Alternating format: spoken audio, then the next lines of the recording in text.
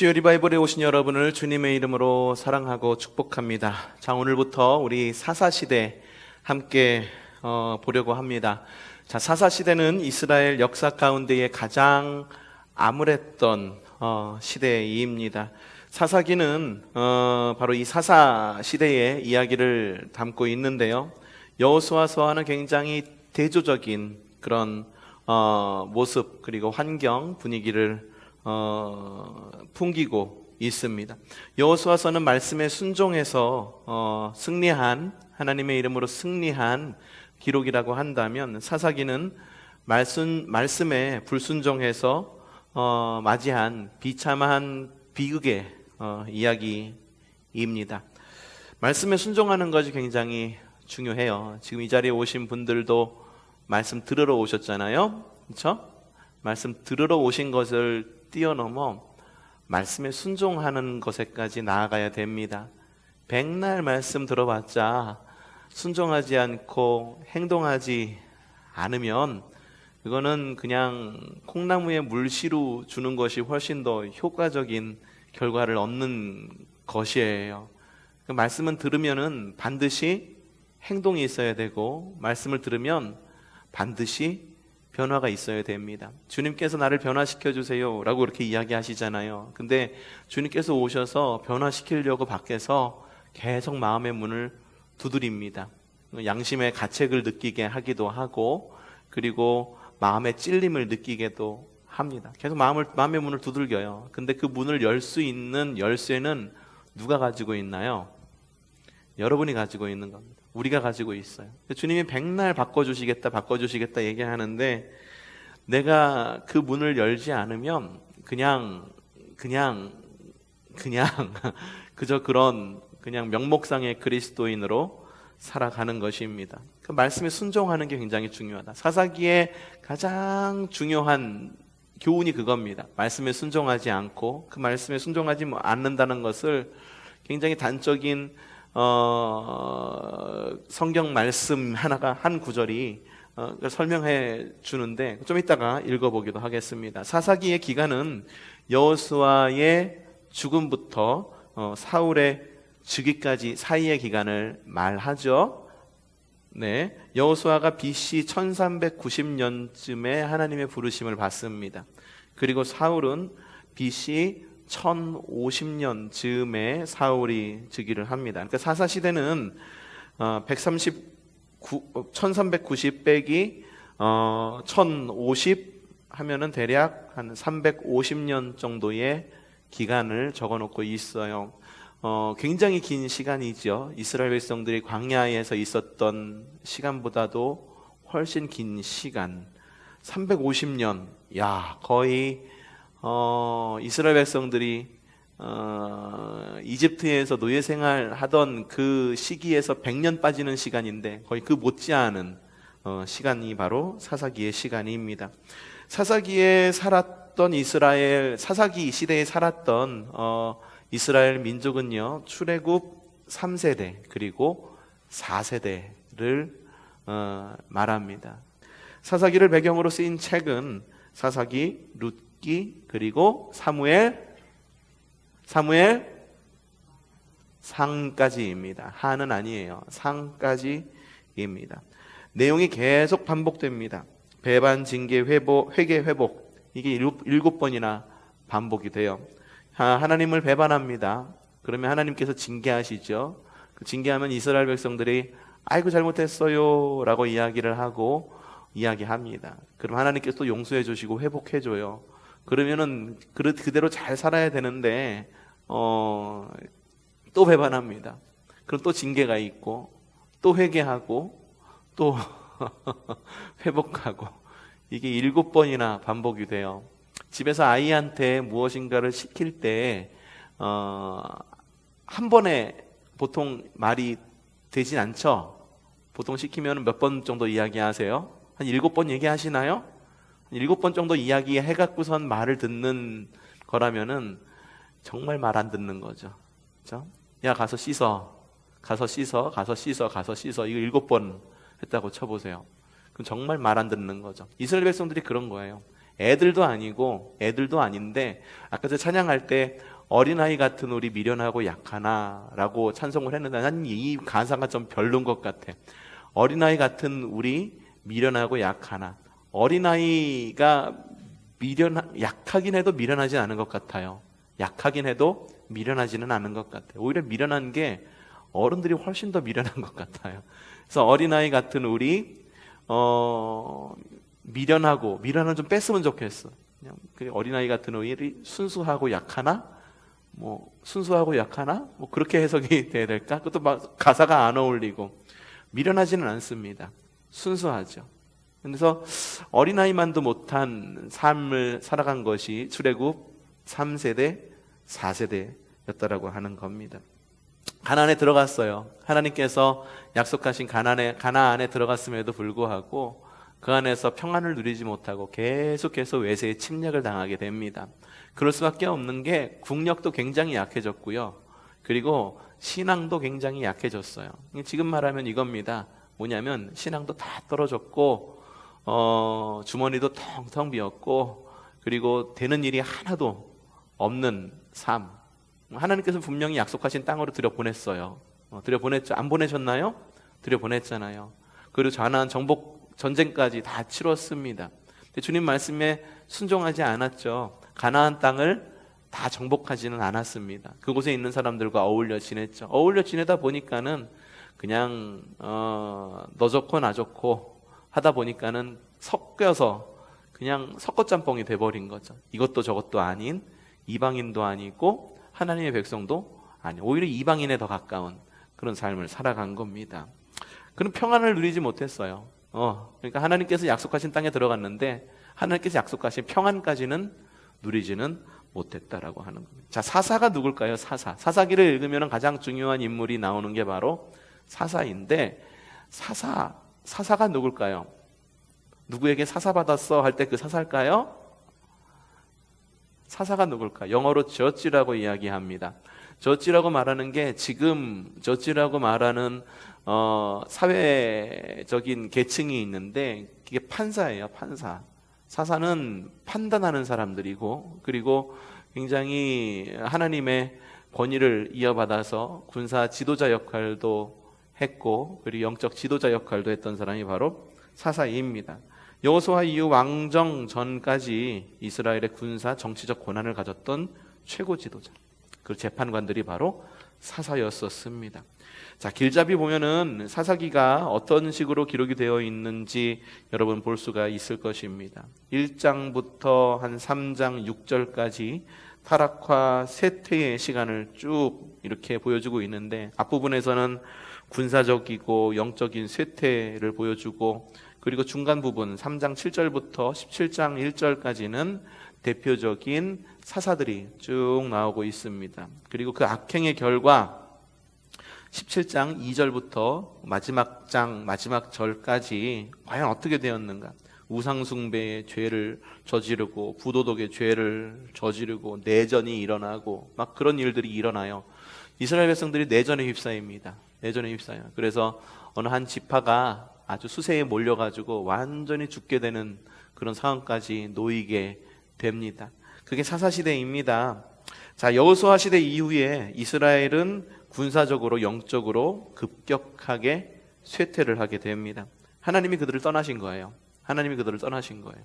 쇠퇴했다라고 하는 건 하나님이 그들을 떠나신 거예요. 교회가 쇠퇴했다라고 말하는 거는 우리가 정말 잘 돌아봐야 되는 거예요. 교회가 쇠퇴한 이유를 잘 돌아봐야 됩니다.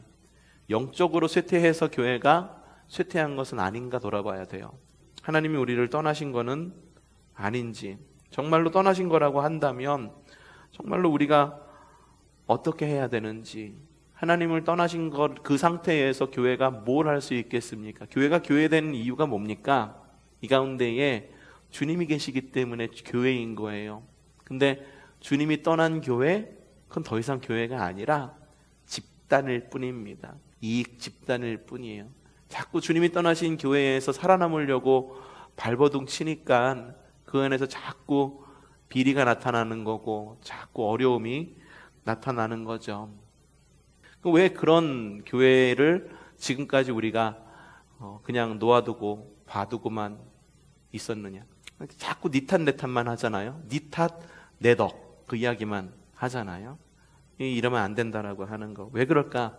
지금이 마치 사사시대처럼 하나님이 떠나간 시대를 우리가 살고 있는 건 아닌가? 물론 하나님은 우리를 떠나가시지 않습니다. 늘 우리와 함께하죠. 결국 떠나간 것은 하나님이 아니라 결국은 우리가 하나님을 떠난 것이 아닌가. 기도의 끈도 다 놓쳤고, 그리고 예배의 끈도 다 놓쳤고, 그 누구 하나도 예배가 중요하다라는 것 알긴 하지만 예배가 중요하다는 것 알기만 하지 행동하진 않는 것. 말씀이 중요하다는 건 알지만 말씀대로 살아가려는 사람이 하나도 없는 것. 많은 어려움들이 지금 교회들 가운데 주어지고 있죠. 그러니까 하나님이 떠났어요. 떠나시니까는 이 군사적으로도 쇠퇴하게 되죠. 군사적으로 쇠퇴하니까 주변국들에게 당하기 일수가 되어버린 거예요. 맨날 쳐들어오고 맨날 쥐어 터지고 숨어들고. 이스라엘 백성들이 아이고 하나님 잘못했어요 회개할 때마다 하나님께서는 사사들을 세웁니다. 그 사사들의 수가 12명이나 됩니다. 12명이 되고, 그리고 여러 사건들이 일어나게 되고, 사사들도 하나님 앞에 제대로 서지 못한 사사들도 있었어요. 그 밥에 그 나물인 사사들도 있었다라고 하는 거죠. 레위지파는 온전히 선해. 레위지파가 뭐 하는 지파입니까? 예배를 집례하는 지파죠. 예배를 집례하는 지파죠. 레위지파는 제대로 섰느냐? 레위지파도 제대로 서지 않았어요. 저 뒤편에 가면은 이제 17장 후반절에 가면은 미가의 신상 사건, 레위의 첩 사건, 이 두 사건이 나오는데, 아이고, 야 이거 완전히 환장하네. 그냥 환장할 만한 사건이에요. 이런 사건들이 막 빵빵빵빵 터집니다. 사회 그 누구도 하나님의 뜻에 따라 살아가는 사람이 아무도 없었던 것처럼 보이는 시대가 바로 사사시대였다라고 하는 거죠. 자, 다시 한번 우리 처음부터 차근차근 한번 보도록 하겠습니다. 여기까지가 개괄입니다. 자, 가나안 입성한 이후에 이스라엘은 국가의 틀을 완성합니다. 국민이 있게 됐습니다. 그리고 영토가 있게 됐고, 그리고 법이 있게 되었어요. 주권, 법이 있게 되었습니다. 자, 국민은 누구였나요? 이스라엘 백성들. 영토는 어디인가요? 가나안 땅, 팔레스타인 땅. 그러면은 주권을 뜻하는 법은 어떤 법이었나요? 하나님의 법. 요 세 가지가 충족이 되어서 바로 하나님 나라, 국가의 틀을 완성하게 됩니다. 그 국가에 대한 하나님의 기대가 있었어요. 그 기대는 어떻게 하나님의 국가를 유지할 것인가. 굉장히 힘듭니다. 유지하는 것 쉽지 않아요. 국가를 이루는 데까지가 가나안 정복의 기사 이야기이죠. 근데 국가를 이루는 것보다 유지하는 것이 훨씬 어렵습니다. 우리의 신앙도 첫 신앙을 갖는 것보다 신앙을 유지하는 게 훨씬 어렵습니다.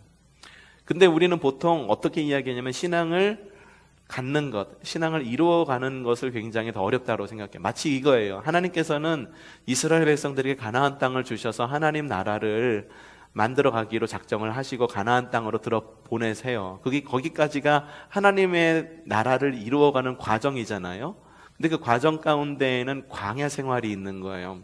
이 광야 생활이 마치 우리 신앙생활로 여겨집니다. 우리 광야 생활을 우리 신앙생활로 여겨지기도 실제로 그렇게 비유하기도 합니다. 근데 하나님 나라를 이루어가는 역사 가운데의 광야 생활은 국가를 이루어가는 과정, 이루기 전까지의 과정을 말하는 거예요. 진짜 삶은 어디부터 시작되는 거냐 하면은 국가를 이루고 가나안 땅에 들어간 이후부터가 진짜 신앙생활인 거예요. 가나안 땅 들어가기 전까지는 하나님만 보면 됐어요. 하나님이 먹여주시는 대로, 하나님이 입혀주시는 대로. 근데 가나안 땅에 들어가면은 내가 할 수 있는 일들이 많아져. 씨를 뿌리는 일도 내가 할 수 있고, 거두는 일도 내가 할 수 있고, 내가 이 무엇을 선택하든지 선택의 기회가 굉장히 넓어진다라고 하는 거죠. 바로 그때가 바로 이 나라가, 그리고 우리의 신앙이 제대로 세워졌는지를 확인하는 때였다라고 하는 거예요. 그러니까 하나님의 기대는 뭐였었냐? 가나안 땅을 정복한 이스라엘에게 기대한 하나님의 기대는 하나님의 국가를 어떻게 유지해 나갈 것인가가 굉장히 중요했습니다. 하나님께서 원하시는 국가는 열방을 향해 빛을 비추는 공동체였었습니다. 그리고 왕의 뜻이 아닌 하나님의 뜻이 자연스러운 공동체가 바로 하나님께서 원하시는 국가에서, 오늘 새벽기도 말씀하고 똑같죠. 오늘 새벽기도 때 말씀이 모였었죠. 이사야서 말씀을 보면서 열방의 빛이어야 됐는데 열방의 빛으로 살아가지 못하고, 그들을 구원하신 이유는 그들이 정말 잘했기 때문에 구원했다기보다도 하나님의 은혜에 의해서 그들에게 요구하시고 그들에게 기대하시는 바가 있기 때문에 그들을 구원한 거다. 그게 뭐냐면 열방의 빛이 되는 거다라고 이야기를 했습니다. 기억이 나시죠? 나오신 분들은 기억을 하실 것입니다. 그게 바로 하나님의 뜻이었는데, 이런 주님의 기대를 모든 백성들에게 똑같이 기대를 했는데, 그 가운데에서도 레위 지파한테 맡기셨어요. 레위 지파한테, 야, 너희 백성들 이렇게 해가지고 이렇게 하면은 주님의 뜻을 분명히 어기고 살 거야. 그러니까 너희가 하나님의 법이 무엇인지 너희가 각 지파마다 그리고 각 지역마다 내가 이러이러한 처소와 이러이러한 성을 만들어 줄 테니까는 흩어져 살아서 그 가운데에서 사람들이, 이스라엘 백성들이 하나님의 뜻대로 잘 살아갈 수 있게 인도해 줘라 라고 이야기를 합니다. 근데 제 기능을 했을까? 제 기능을 하지 못합니다. 제 기능을 했으면 성경에 아주 긍정적으로 좋게 기록이 되어 있겠죠. 근데 그러지를 못했어요. 그랬어요. 레위 지파한테 맡겼는데 제 기능을 하지 못했어요. 그래서 레위 지파가 그 제 기능을 못하니까 급조된 신분이 바로 사사입니다. 레위 지파가 제대로 못하니까 사사를 주신 거예요. 그렇기 때문에 이 사사라고 하는 이름은 굉장히 유쾌하지 않은 이름인 거예요. 우리가 잘 못하니까는 계속해서 사사가 우리 안으로 들어오려고 하는 것, 잘 못하니까는 자꾸만 우리를 판단하려고 하는 사람들이 자꾸만 관심을 가지는 것, 그게 문제라고 저는 그렇게 생각이 듭니다. 자, 사사기의 연대는 주로 주제에 따라서 구성이 되어 있는데 굉장히 일관적인 순환의 역사입니다. 자, 어떤 순환일까? 7번의 악순환의 고리가 있다라고 그랬죠. 첫 번째 배반, 두 번째 하나님의 징계. 하나님이 징계하신 다음에 이스라엘 백성들이 아이고 잘못했어요, 회개하니까 하나님께서 그래도 니들 안 돼, 망해버려 했나요?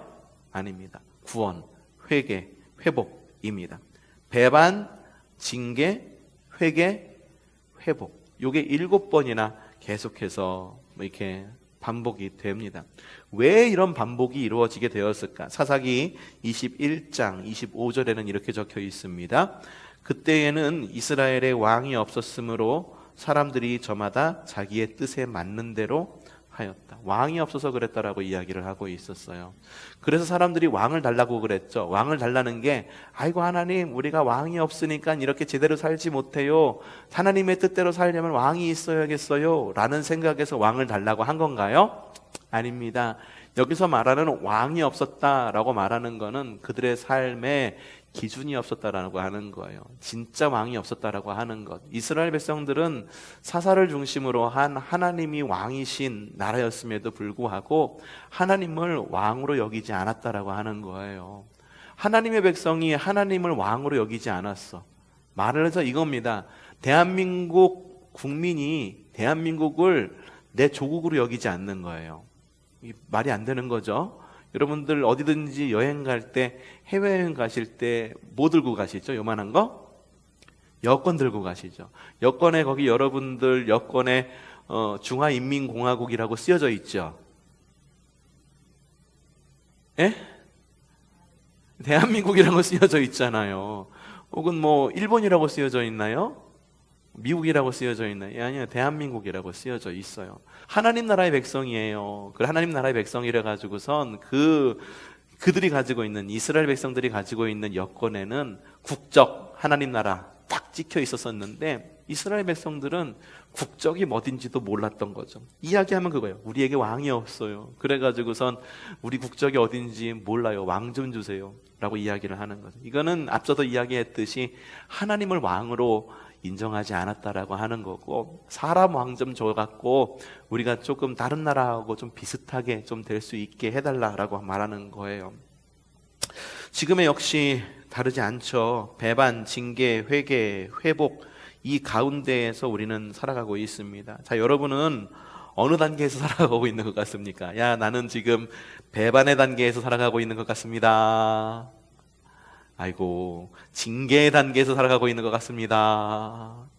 없고, 회개의 단계에 살아가고 있는 것 같습니다. 네, 그리고 회복의 단계에 살아가고 있는 것 같습니다. 야, 다 거의 손들지 않으신 분들이 거의 대부분인데, 손드신 분들은 다 회개의 단계에서 살아간다라고 이야기를 하고 있어요. 회개의 단계를 뛰어넘어 회복의 단계로 들어가세요. 회복의 단계로 들어가세요. 그게 하나님께서 여러분에게 원하시는 거예요. 늘 회개만 하고 살아요. 늘 후회만 하고 산다라고 하는 거잖아요. 언제까지 후회만 하고 살겠습니까? 결단하고 이제는 더 이상, 늘 회개는 하겠죠. 어제 지은 죄, 오늘 아침에 지은 죄 회개하면서 살아가겠죠. 그런데 후회하는 삶을 살아가지 말라는 거예요. 하나님께서 원하시는 거는 우리가 늘 후회하면서 살아가는 걸 원하시지 않으셔요. 하나님의 나라 안에서 좀 복된 삶, 회복된 삶을 살기를 원하는데 우리는 늘 여기에서 막혀있죠. 회개의 단계에서 막혀있죠. 심지어 어떤 분들은 징계의 단계에 있다라고 말하시는 분들도 있어요.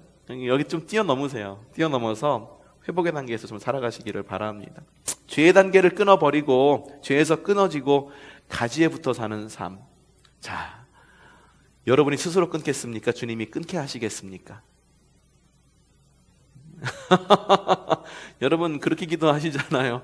하나님, 내 힘으로는 할 수 없어요. 주님께서 해주세요 라고 말씀하시죠. 그렇게 기도하시죠. 그러면은 여러분 스스로 죄에서 끊겠습니까? 하나님이 끊게끔 하시겠습니까?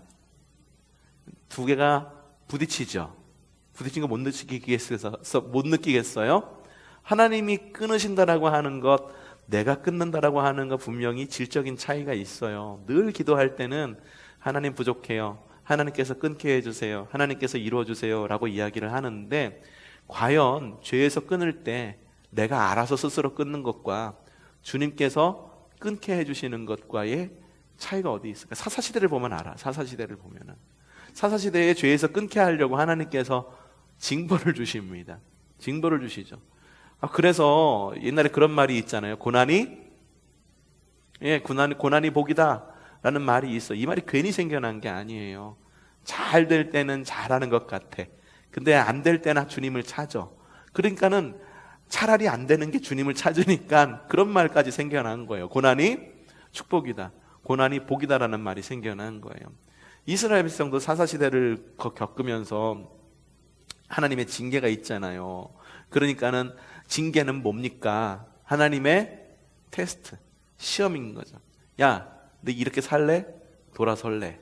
하나님께서 죄에서 돌이키려고 하나님께서 죄에서 끊게 하시는 거잖아요. 그렇죠? 그럼 여러분에게 묻겠습니다.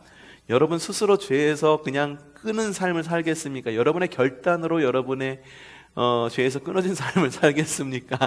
아니면 하나님께서 여러분의 죄를 끊게 하시겠습니까? 스스로 알아서 하는 게 좋은 거예요. 스스로 할 때가 좋은 거예요. 우리가 못한다 주님께서 하시게 해달라 그렇게 기도하잖아요. 주님께서 하시게 할 때에는 반드시 대가가 있을 수가 있어요. 어떤 대가? 징벌이라는 대가, 징계라는 대가. 왜? 나는 못 끊어요 하는데 그걸 끊으려고 하는 거예요. 아이가 맨날 도둑질해요. 그 물어보는 거예요. 너 도둑질 그만둘래? 아니면은 엄마가 그만두게 할까? 이게 무슨 말인가요? 아이가 스스로 도둑질을 그만두지 못하겠대. 맨날 기도, 엄마 나 도둑질 그만두지 못할 것 같아. 엄마의 힘으로 제발 좀 내가 도둑질 못하게 해줘 라고 말하면 엄마는 어떻게 행동할 것 같아요? 엄마의 능력으로 믿을지어다 그래가지고 도둑질을 어느 날 갑자기 못하게 하나요?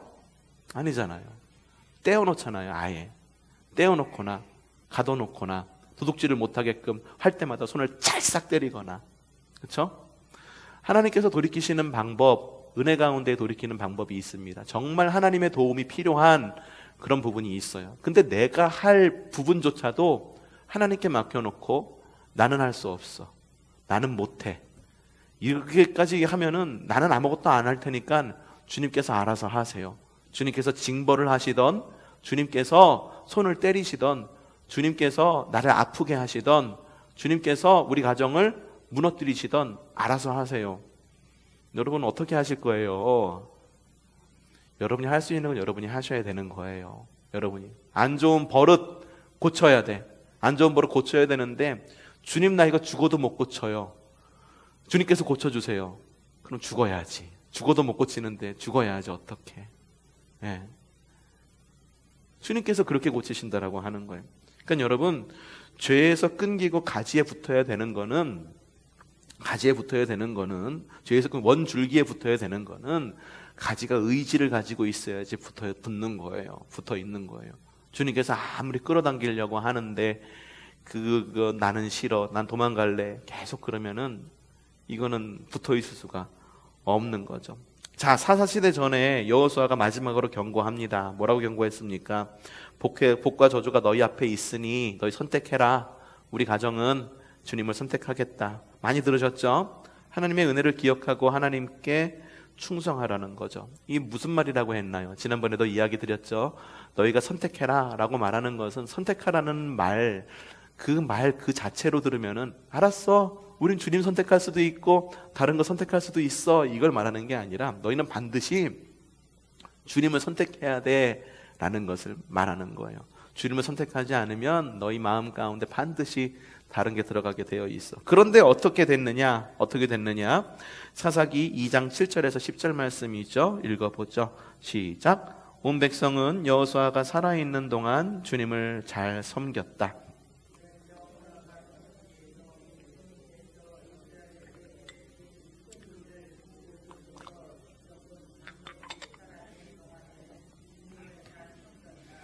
주님의 종인 눈의 아들 여호수아는 110살에 죽었다. 그리하여 그들은 그가 유산으로 받은 땅의 경계선 안 에브라임 산간 지방인, 이름 어렵다. 그리고 그 세대 사람들도 모두 죽어 조상들에게로 돌아갔다. 그들이 죽은 뒤에 새로운 세대가 일어났는데 그들은 주님을 알지 못하고 주님께서 이스라엘을 돌보신 일도 알지 못해요. 세대가 바뀌면서 급속적으로 가나안 문화의 사람들이 흡수되기 시작합니다.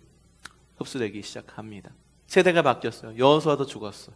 그리고 그 시대 하나님의 은혜를 알았던 하나님의 백성들, 장로들이라는 말이 나오죠. 그렇죠? 큰 일을 모두 직접 본 장로들이 살아있는, 장로들이라고 하는 것은 어른이라는 말이에요. 우리 교회 장로님들도 어른 역할을 해주시는 분들이에요. 어른 역할. 다른 역할 제가 바라지 않아요. 장로님들한테 바라는 거는 어른 역할입니다. 다른 사람들하고 똑같이 생각하고 똑같이 행동하면 안 되시는 거예요. 그래서 좀 어른이라면 어떻게 할까? 다른 분들을 어린이라고 보세요. 어린이. 그래서 장로님들은 다른 분들을 어린이라고 보시고, 아이고 우리 어린이들 필요한 게 뭔가, 아이들 필요한 게 뭔가, 엄마의 마음으로 아빠의 마음으로 보는 게 바로 장로의 자리예요. 어른이라는 자리예요. 그리고 다른 분들도 마찬가지. 장로가 어른이라는데 장로가 왜 그래? 그러시면 안 돼요. 뭐냐면은 정말로 어른으로 여기셔야 되는 거예요. 정말로 어른으로 여기시는. 나이가 훨씬 더 어리실 수도 있어요, 장로님들이 여러분보다. 근데 장로님들은 교회의 어른입니다. 그래서 어른으로 여기시고 어른으로 대접해 드리는 거예요. 그에 상응하게 장로님들은 어떻게 해야 된다? 어른 역할을 하셔야 되는 거예요. 판단 내리지 못할 때 현명한 판단력으로 판단을 내리고, 성도들하고는, 어린이 같은 성도들하고는 다른 생각을 갖고 그렇게 살아가야 되는 거죠. 근데 오늘 보니까 하나님의 일을 직접 본 장로들이 살아있는 동안에 주님을 잘 섬겼다. 그러니까 어른들이 굉장히 그 역할을 잘해준 거예요. 야, 이거 너희 그렇게 하면 안 돼. 이렇게 살지 말자. 잘 살자. 근데 그 어른 역할 해주시는 분들이 다 돌아가셨어. 그런 다음에 그들이 죽은 뒤에 새로운 시대가 일어났는데 그들은 주님을 알지 못하고 주님께서 이스라엘을 돌보신 일도 알지 못했다. 이게 장로님들이 굉장히 일을 잘 하셨어요. 어른들이 일을 잘 하셨는데 문제가 있었어. 일을 잘하는 것에서 끝났어. 신앙의 전수를 해주지 못한 거죠. 여러분, 하나님을 모르는 부와 명예가 여러분 소용이 있을까요? 그냥 나 하나 신앙 지키기에 급급하고 그냥 먹고 살기 급급해서 하나님을 가르치는 것에 대해서 우리가 잊고 있었다면 그게 복일까? 결국은 다 실패하고 맙니다. 출애굽 1세대는 들어가지 못했죠. 가나안 땅에 2세대가 들어갔는데 2세대는 잘 지켰다고 치고, 근데 2세대가 3세대에게 신앙을 전수해주지 못하니까 사사시대를 들어서면서 그들의 국력도 잃고 신앙도 잃고 모든 것을 잃어서 결국 그들은 하나님의 백성으로서의 삶을 살아가지 못하고 왕만 달라고, 왕만 있으면 될 것 같다고, 자꾸 더 좋은 시설 달라고, 자꾸 뭐 더 좋은 거 뭐 좀 해달라고, 결국 그게 우리를 살리는 게 아니고 그들을 살리는 게 아니었다라고 하는 거죠. 하나님을 하나님으로 섬기지 못하고 잊은 것, 그것이 그들을 그렇게 패망의 길로 간 거죠. 가나안 1세대가 신앙 계승에 실패한 이유는요, 첫 번째로 말씀을 가르치지 못했어요. 말씀을 가르치지 못했고, 두 번째는 삶의 모범을 보여주지 못했습니다. 그리고 지나치게 편안했어요. 지나치게 편안했어요. 편안해지니까 늘어지는 거예요. 쭉쭉 늘어지는 거죠. 교회 재정이 많으니까는 쭉쭉 늘어지는 거죠. 맨날 차대들에서 놀러 가고, 뭐 맨날 교회만 놀러 다니고 먹고 다니는 데만 쓰고, 너무 지나치게 편안한 거죠. 지금 우리 교회는 지금 지나치게 좀 편안했으면 좋겠다, 좀 편안했으면 좋겠다는 생각이 들기도 하는데, 너무 편안하지 않아 갖고 문제인 것 같기도 한데, 지금 모든 교회가 다 그렇죠. 근데 지금의 시대야말로 그렇기 때문에 주님을 바라보고 주님을 의지하는 것, 그거라고 하는 거예요. 여러분, 어쩌면 이스라엘 백성이 가나안의 모든 민족을 정복하지 못한 것, 가나안의 모든 민족을 정복하지 못한 것이 어쩌면 하나님의 뜻이 아니었는지를 좀 돌아보게 됩니다. 왜냐? 하나님께서 만약에 그 정복한 백성들을 그대로 정복하게끔 놔뒀다고 한다면 그곳에 있는 정복한 민족들하고 어울리면서 쿵짝쿵짝하면서 더 하나님을 따르지 않을지 않았을까라는 생각이 불현듯 듭니다. 그나마 조금 가시로 남겨두어서 블레셋이라고 하는 가시도 남겨두고 여러 가시들을 남겨둬가지고 이스라엘 백성들을 때마다 쿡쿡 찌르니까는 이스라엘 백성들이 찌를 때마다 아이고 하나님 나 살려주세요 라고 돌이켜가지고 주님께로 돌아왔지, 만약에 그 찌르는 것마저도 없었으면 이스라엘 백성들이 그들의 삶으로, 하나님을 섬기는 삶으로 돌아왔을까? 글쎄, 저는 심히 의심스럽습니다.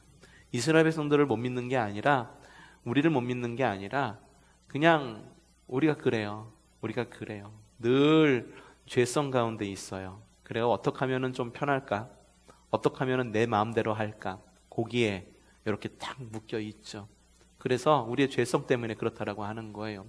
율법이 필요했던 이유도 역시 마찬가지입니다. 죄성 때문이에요. 죄성. 사람이 얼마나 죄되는지. 율법이 필요 없습니까, 여러분? 지금은 율법의 시대가 아니야. 그리스도의 복음의 시대야. 그러니까 율법은 완전히 무너져야 돼 라는 생각을 하시는 분들도 종종 있습니다만, 제 생각은 좀 달라요. 율법은 필요하다. 예수님도 유대인이셨고요. 예수님께서 율법을 폐하러 오신 것이냐? 그렇게 말씀하시지 않으셨어요. 율법을 완성시키시려고 오셨다라고 말씀하고 계시죠. 율법은 우리에게 필요합니다. 왜 필요할까? 내가 이걸 잘 지키니까는 나 하나님의 의로운 사람이야, 이걸 증명하려고 필요한 게 아니라, 그 율법을 주심으로 인해서 내가 얼마나 율법을 어기면서 살아가고 있는지를 알게 하시고, 내가 얼마나 부족한 사람이냐는 것을 갖다 깨닫게 하기 위해서 율법이 필요합니다. 그렇게 하시기를 바랍니다. 자, 오늘의 수요 리바이블 여기까지 진행하겠습니다. 기도하고 마치겠습니다.